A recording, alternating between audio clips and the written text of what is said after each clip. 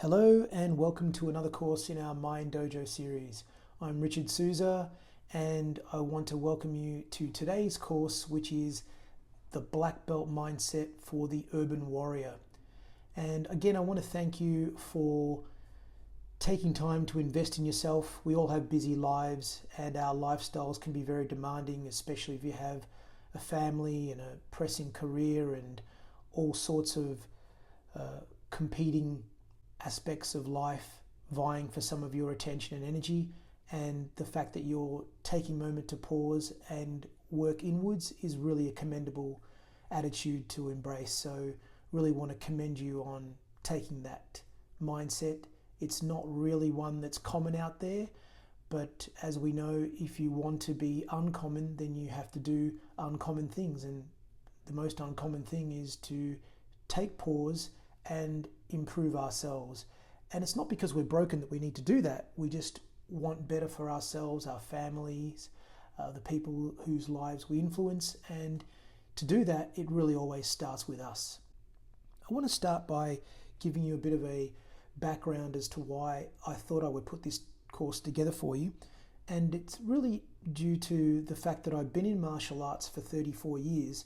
And when I started learning the art of karate back at the age of 16, it was only after a few years that I realized there was a lot more to the lessons I was learning on the mat that were actually very transferable to my everyday life. In fact, the lessons were definitely useful in order to help me become a black belt and to develop the skill sets necessary to defend myself. But at the same time, the philosophies of performing at that high level were directly related to how you could perform in your life. And I found that fascinating as I started to apply the lessons to my life. And at that time, I was a computer programmer, so I was in the corporate world, and I found that I could use the lessons that I learnt in the dojo, the training room, into my career, and it was improving my career. I was getting better results. I was able to be hired for jobs that I may not have had the most experience for, but was able to present myself with a confident black belt mindset, and was quite readily acceptable into new companies up against people who had more experience than me and possibly even more higher capacities or skills in those areas. And so it's interesting because over the years, a lot of the practices that have been followed by martial artists for thousands of years, the warriors of old, have only now, or in the last 20 years, to be proven by science as the very things that are related to peak performance, even though the science was not clear thousands of years ago. Somehow, through their observation and through their practices, they came upon these truths that are now scientifically proven. Certain aspects of stress recovery, mental toughness, and even relationship strategies. The principles of old that were used for the art of war were also used and have been proven nowadays to help us with the art of war that we experience in just everyday adversity and crisis. And so I'm really thrilled to be able to give you some of the lessons I learned, and so that you can see how they can apply directly to your life, knowing that you don't have to be a martial artist or learn the techniques, but you can definitely benefit from the black belt mindset. A few things that it definitely helped me with, that I know it can also do the same for you, is that it helped me with my personal unrest, and meaning the certain inadequacies within me and a few of the self-image problems I was having as a young person. I found that martial arts and the mindset really helped me overcome that. I started to build a stronger relationship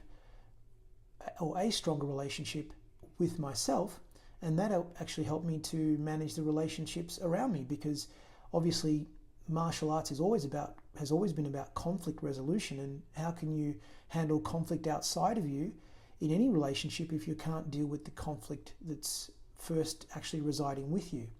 So that was one very powerful benefit I got. Another one was the ability to manage and balance my emotions. As most young people, in their early 20s, and of course myself beginning as a teenager, we're not very good with managing our emotions. We tend to let the first emotion that we experience be expressed in whatever words we feel are appropriate at the time. And quite often later on we realize they weren't the best words. But one thing the mindset allowed me to do was find a way to manage those emotions and make sure that the best outcome could happen by only responding in the best way that could allow for that. And one other thing amongst many that it taught me is it taught me the ability to focus. And we know through many studies nowadays in the field of focus that it's a very key, critical area for our lives. And of course, with all the competing distractions that are out there at the moment, it's very easy not to be focused.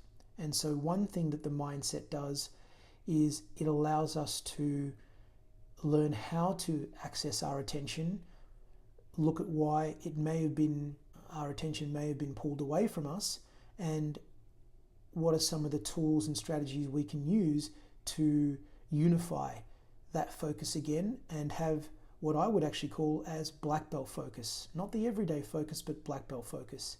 And so with that, let's get started on our course, the Black Belt Mindset for the Urban Warrior. I'd like to start by talking about an Indian monk by the name of Bodhidharma, who hundreds of years ago visited from India into China, and specifically the Shaolin Temple where the monks resided. He noticed that the monks, having meditated for hours on end, neglected their physical strength, and they were very weak as a result. And so he began teaching them a set of exercises to renew their bodies and build back some strength and stature again, and stayed on with them for many years. And I'm really going to take you to really the end of the story, where Bodhidharma, after many years, had created quite a following, and he was now on his last dying breaths, and gathered by his students, they requested of Bodhidharma a final lesson. What lesson can you leave us so that we have something very powerful to remember you by and that we can continue to use for the betterment of our lives? And the proverb that he left behind was Nana Korobi Yaoki, and that's Japanese for fall down 7 times, stand up 8. Fall down 7 times, stand up 8. And essentially that refers to mental toughness. Mental toughness nowadays has also been likened to resilience. And before I delve into it, I want to talk about something known as the Daruma doll. Now, the Daruma doll is a small paper mache doll. It's normally in red but can come in many sizes. And Daruma was actually the Japanese name for Bodhidharma. And because some of his principles ended up in Japan and therefore permeated through the martial arts, his name became Durama for that continent. Now, Daruma dolls have some very distinctive features. Firstly, it's depicted by Bodhidharma, who meditated for so long. Certain legends surrounding that said, he meditated for so long that his arms fell off, and one time he fell asleep, so he was so annoyed about that falling asleep during meditation, that he thought, I'm just going to cut my eyelids off so I don't fall asleep again and can really reach enlightenment and not have my eyes close on me again. And of course, there's some myth and some legend stories, but together they form this Daruma doll. And what you see there is no arms, and you see these bright eyes, or these wide open eyes. And if you were to push this doll from side to side, it doesn't fall over. It just recoils back, it bounces back, and it's quite a fascinating toy to play with. You can even purchase one of these. And what you see with the Daruma doll is when you buy it, there's 2 blank eyes. And the idea is once you choose a goal, you put a black dot in one of those eyes. Now, until you reach the goal and its accomplishment, you don't put another dot in that other eye. When you do, you put the other dot and complete the eyes so they now both have pupils, because you have now demonstrated enough resilience to fall over more than 7 times, however many it takes, until you are able to achieve that which you're setting out to. And therefore, what Bodhidharma or Dharma from the Japanese pronunciation or the Japanese translation boils down to mental toughness.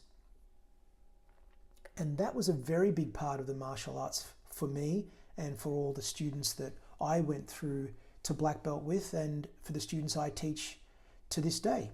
And that is to know that you are going to experience failure and setbacks, and you've got to accept that. The moment you can accept that that's a part of the journey, then it's easier to continue to pursue whatever it is you're setting out to pursue. And another way to look at this is, if I was to say, tell me something that you failed at in attempting this week. And if I was to keep asking you that every week or every month, and you said that there's nothing you failed at, there's nothing that you didn't, that you made a mistake in, then there's a good chance you're staying comfortable. You're not really outside of your comfort zone.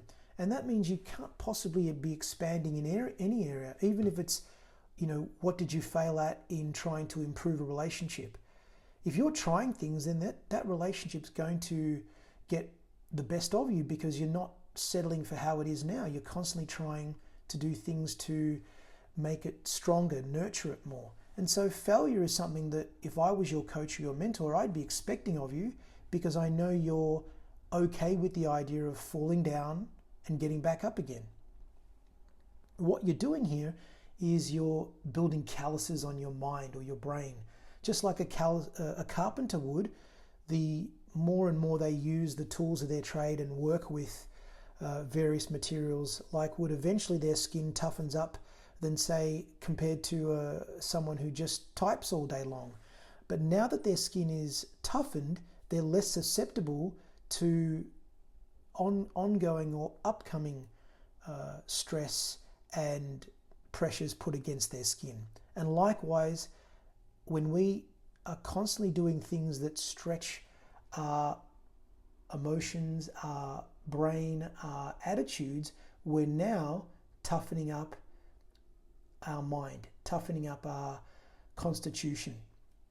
And that's really what Bodhidharma was trying to teach, that in all things, just know that, hey, it's not always going to work out, but if you can hang in there, you will develop mental toughness. And there was a former general by the name of Jim Mattis, and he's a retired United States Marine Corps general. And he said, the most important 6 inches on the battlefield is between your ears. And that's coming from someone now who's been in battle, but recognizes the importance of what's going on in the soldier's mind, that the true battle is inside, not just in the physical battlefield. And so the key take home here is we really want to develop mental toughness. And anything that stretches you emotionally and is good for you, stay with it. Stick through till the completion, because when you do, you're building reserves of resilience. And if you look at the origin of the word resilience, it really means to bounce back, just like that Dharma doll. You're bouncing back. The next thing I want to talk to you about is something that's very common to most martial arts, and that's the belt system. And you can see with all the different colored belts, they're all leading to that world-renowned standard of black belt. And a big part of that through the journey towards black belt is the understanding that you don't just jump from your first day as a white belt into excellence and perfection a week, a month, or even a year later, and then suddenly become a black belt. It is a process, it is a journey, and that would be the same as if you're learning to drive. After your first day in getting behind the wheel and learning how to drive, you're suddenly not ready 1 or 2 weeks later to drive on the freeway, or even a month later. You go through a process. And likewise, what we're learning now is a principle that's native to Japan and is a very big part of the martial arts and life arts development. And that is the concept of Kaizen. And Kaizen comes from two kanji characters, meaning Kai and Zen, or change and good. And so therefore you could call it simply as good change, but what they meant by this was continuous improvement. And any field of endeavor, any skill that you're wanting to attain is all about continuous improvement. The moment you set out to get perfection too soon is the moment you're setting yourself up to fail and to probably quit and to probably get very negative on yourself, because transformation doesn't happen that soon when you're really going for a big change or a big improvement and you've never been there before, or you know it's well outside of what you're used to going for. And therefore the best attitude to take is one of continuous improvement.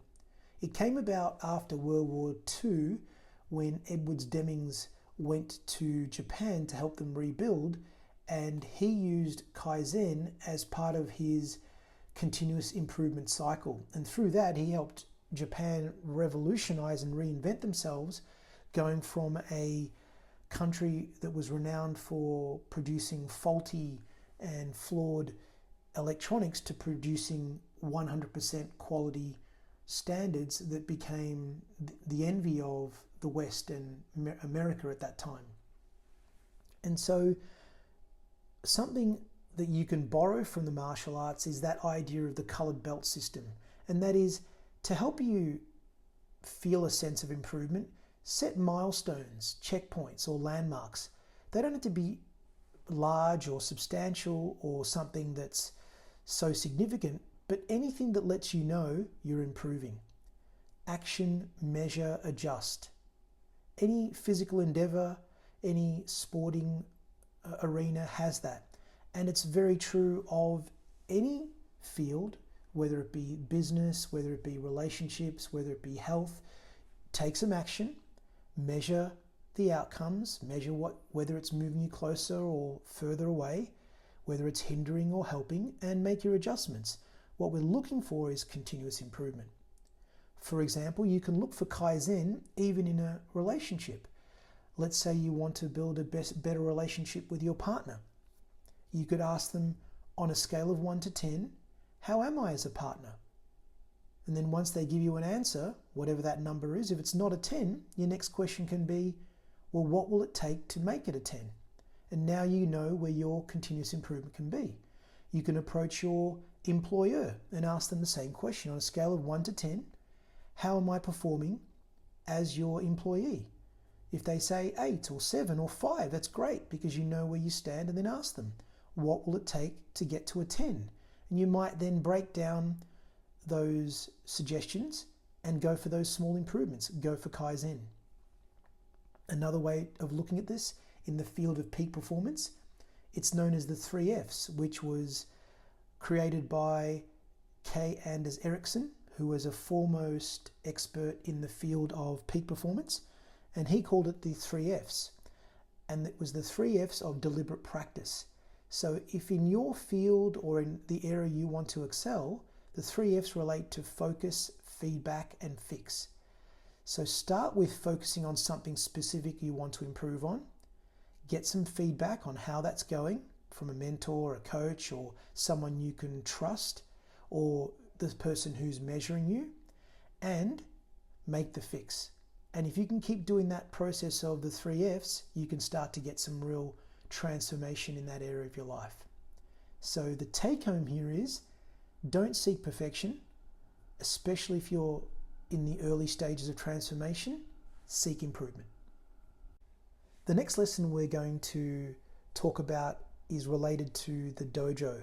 And the dojo is quite simply a training area, but when you look at the depth of the word, it's really a place for immersive learning or meditation. And the direct translation is place of the way. And the way just means the way of the universe, the way of natural principles. And therefore training was also meant to be in harmony with what's good for us. It was not about the taking of life in the martial arts sense. It was about the preservation of life, which is in harmony with nature.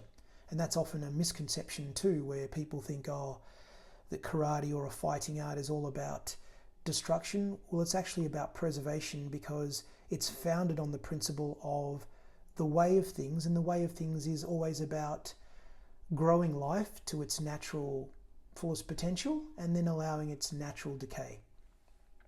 And so what we're now going to be talking about is the mind dojo, because for us, the ultimate training is the training of the mind.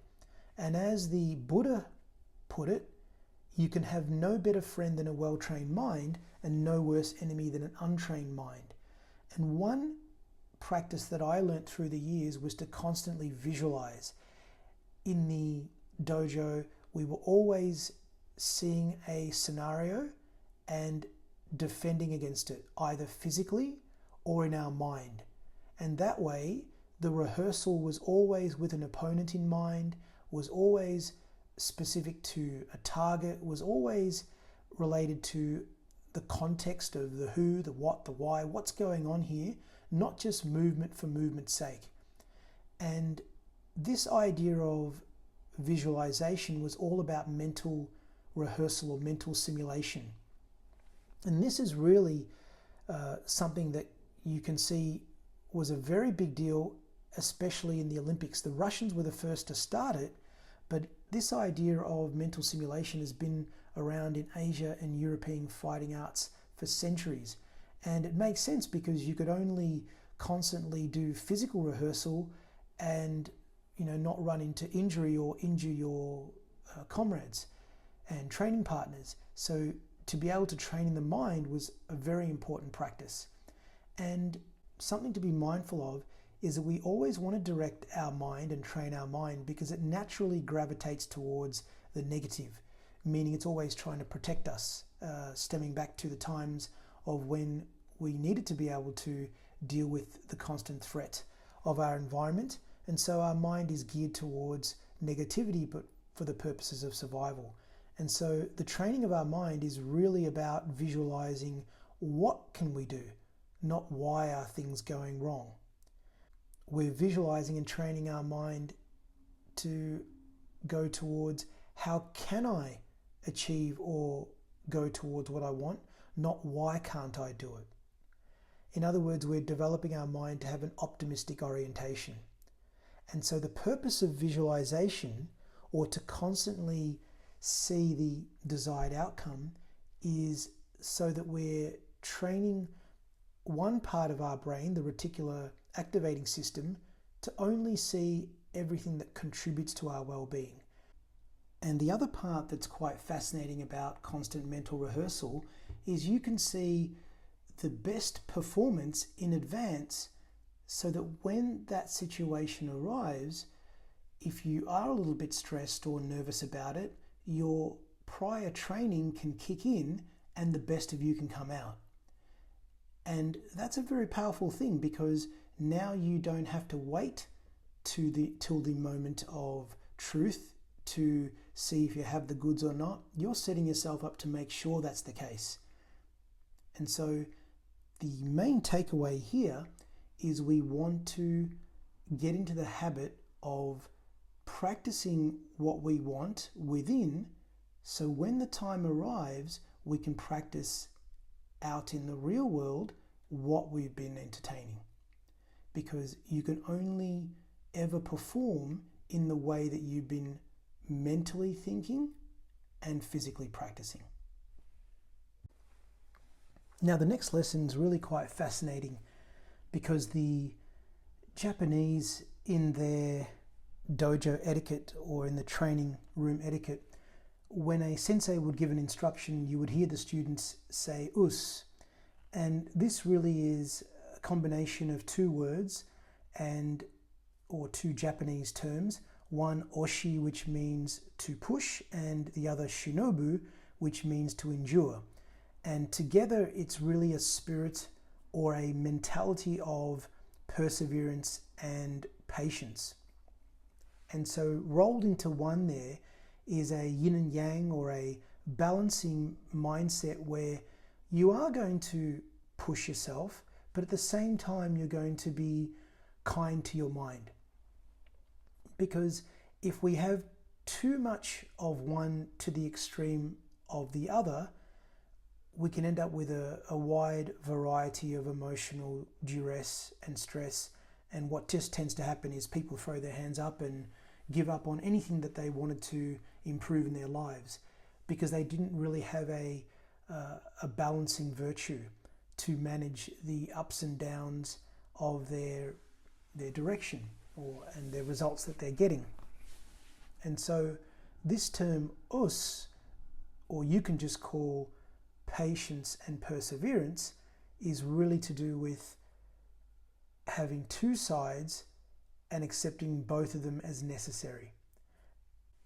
So what we're really saying here is, when you embark upon some behavioral changes or habit changes, you're going to have to stretch, that's a given. And at the same time, if you have a minor setback, or you say you were making a dietary change and you had one poor meal, now's the time where you have to go to the other side, which is a bit of a self-care, compassionate side, and remind yourself, look, it was one failure, one mistake, let's get back on track. Because the thing that we need to understand is that we are our own worst critic, but more so we're the judge, jury and executioner. And when we treat ourselves in that way, we don't realize how detrimental that is to our mind and our spirit, and it really does close us in from trying something again or trying to do something further on that path, because we really don't want to hear our own inner critic attacking us in this same way again. We'll do lots of things to avoid it. Now, another aspect of this word is that it's a positive affirmation that if you're in a training environment like a dojo, or in front of a personal trainer, or say in front of your boss, then the idea is, if you're given an instruction, then you would take it like a professional, like a black belt in training, like a gold medalist in training. That is, you would just say, what's got to be done? Got it, coach. And if it was martial arts, you'd say us. If it's anything else, it would be yes, sir. If it's your coach, it would be yes, ma'am. Whatever that response, but you would never start to say, but I don't know, or I'll try. It's just not how you would show that you're serious about making this transformation. And the key behind taking that kind of responsive attitude, that yes sir, yes ma'am, straight away style approach, is that when you are now by yourself and you don't have a mentor or someone watching over you to keep you on the straight and narrow, when it's time to govern yourself, you will act. You won't delay, you won't question, you won't reason with yourself as if what you need to do is a negotiation, because you've already trained yourself to listen and do. You've had an external coach, you now become the internal coach, and you're used to just getting down to it, not delaying, not procrastinating. And so the energy behind this principle is that we are also telling ourselves, when we hear an instruction, we're going to do it. Whether it's from a boss, from a partner, from a spouse, whoever's got your best interest at heart. And if you can do that, your dreams will not be taken hostage by an untrained will and weakened spirit. Now, the next lesson in developing the black belt mindset for the urban warrior or the everyday warrior is known as kimi. Now, kimi comes from the Japanese word kimeru, which means to decide. And in the Western world, it's interesting because to decide comes from the Latin root meaning to cut off. And so when we look at this idea of kimi, or in karate this means focus, it really has been explored as a very important facet in many different sciences, in many different philosophies, and in ideologies. For example, In the neurological world or in the psychological world, it's known as developing cognitive control, or one facet of it. In the Taoist tradition, this is known as the wild horses that are running loose in our head, and to have focus means we've got to rein those horses in. We also have heard of this in terms of the opposite, which is multitasking, and that when you're not focusing on one thing at a time and you're letting your mind wander, then you're not developing focus, or you're not using your focus, and therefore you're unproductive. And so this idea of kimi, or focus, is critical for any high level performer, because if your mind is allowed to wander at will and you're not reining it back in like those wild horses in your head, then what you are actually training is a very relaxed mind, is a very unfocused mind, and then you won't be able to draw upon it when you really need. And so this idea of kimi is that we want to focus on what's important, what's relevant, what's the area that needs our attention now. And whilst there may be competing situations and circumstances and people and environmental factors, we have to keep our mind on what we're doing. The regular attendance to this will help train your mind to focus, and you've just got to start this and you will get better at it, because like all things, anything of a high level can be trained. It doesn't take a special brain to have a focused brain, it just takes someone who's willing to constantly rein back in that focus when it starts to drift. Now, you will have your work cut out for you, because you are surrounded by many things that are competing for your attention. We are in a distracted world, media, phones, the demands of the people around us. The environment is teeming with things that are designed to grab our attention, and not all of them are geared towards your fulfillment. And so you will be facing this challenge every day, but I can tell you that with constant awareness that your focus is drifting and guiding it back, you will train kimi, or a black belt level of focus, and then when you most need it, it will be there for you, and it will aid you to get you what you want sooner, because you're not wasting time on procrastination, on delaying, on drifting, on wandering. You're able to get down to what's needed and get down to it sooner than later, because you are in control of your mind, not the environment. There will come a time where you'll have a project or something you need to study, or a crisis that will need your full attention, and you'll either thank yourself for having trained your focus, or you regret not having done so in everyday opportunities to keep that focus within your conscious control, rather than letting the environment do that for you.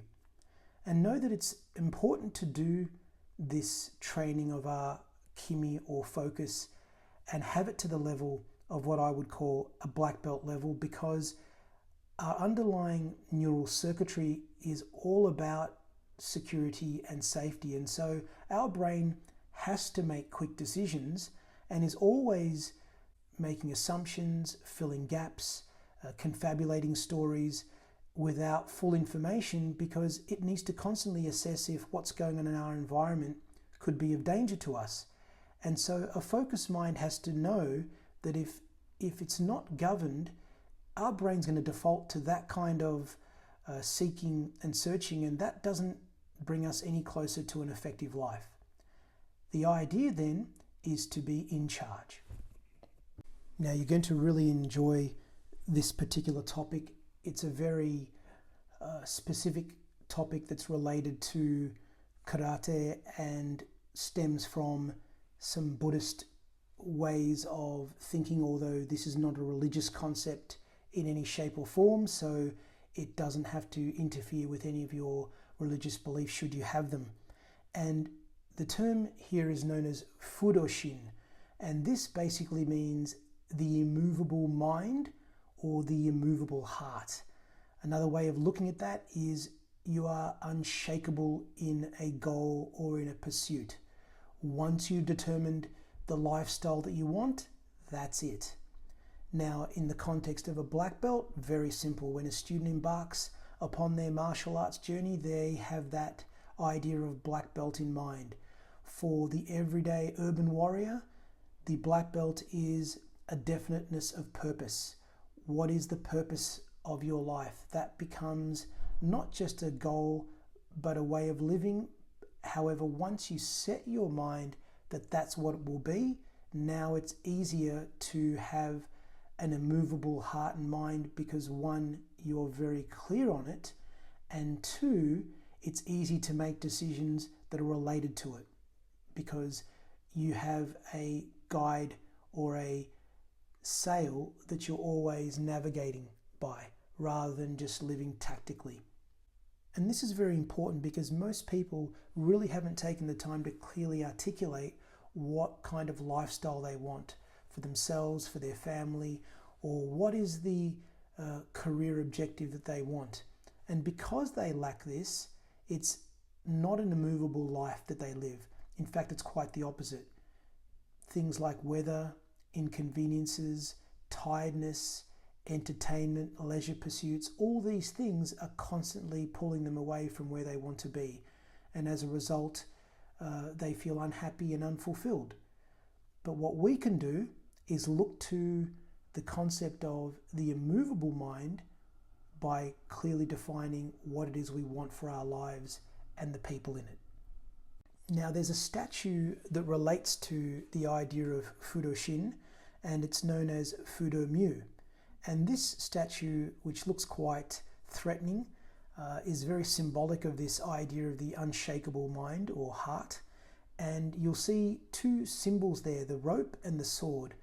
And the rope represents the reining in of desires and temptations, whilst the sword represents the idea of cutting through ignorance and therefore is all about wisdom. And so you can see two facets here of helping you to become immovable in your directions. Is one, you can ask, is this little idle relaxation, is this leisure pursuit, is this little bit of entertainment, is this little treat, is it bringing me closer to my dreams and goals? Is it contributing to the life I want to lead?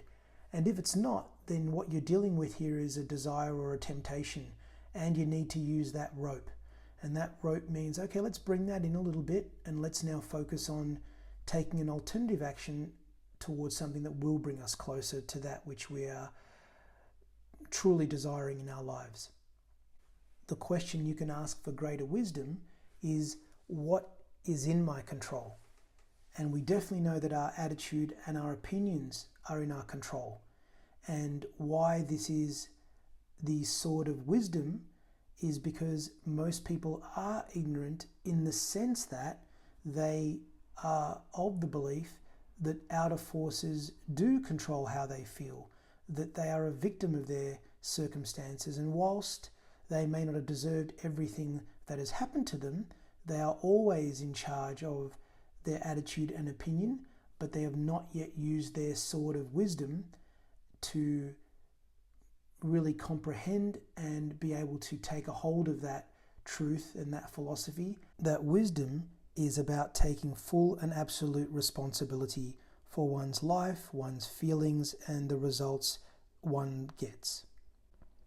You know, when Sir Isaac Newton was asked, how is it possible that you were able to create so many wide and varied inventions? And in his wisdom, he said, by thinking of nothing else. And that really is at the heart of Fudoshin, which is once you decide what are your values, what is your life all about, then it's easy to apply one of our earlier lessons, which was Kimi, or focus. It's much easier to focus and have black belt, undivided focus when you have made clear vows, this is who I want to be, this is how I want to live, and this is what I would like to have in my life so that it benefits all. Now, Fudoshin, the unshakable mind, becomes possible for you. We've reached a point in the course where we're now going to look at the most critical aspect of not just success in the business world or success in the financial realms, but really success in all its facets. And why I say that is because success is very different for every one of us. And whatever you define success as, there is one common truth that seems to underlie accomplishment, regardless of where you live, your personal circumstances, and any limitations or restrictions you may face. And to start this, I want to talk about karma. And when you look at karma, you sometimes see it represented in a symbol known as the endless knot, which shows that there is a constant relationship of cause and effect, and the effect of a cause becomes the cause to the next effect. And on it goes in a complex and hard to always trace path, but it's always in play. Now, the confusion lies in the definition of the word karma. Usually it's just thought of in the idea that if you put bad out, bad's going to come back to you. Well, the word karma in Sanskrit actually means action. And so it doesn't really talk about cause and effect. In fact, it just means action.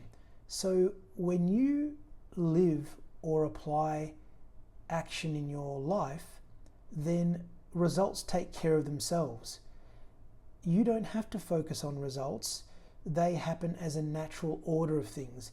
And we can't control or force outcomes, but what we can always do is be in control of our actions. And so there's even something known as karma yoga. And karma yoga, yoga coming from the word union or to make whole, when the term karma yoga is put together, then what we're saying is you're unifying your life with your work, with your action, with your duty, and that's your sole responsibility.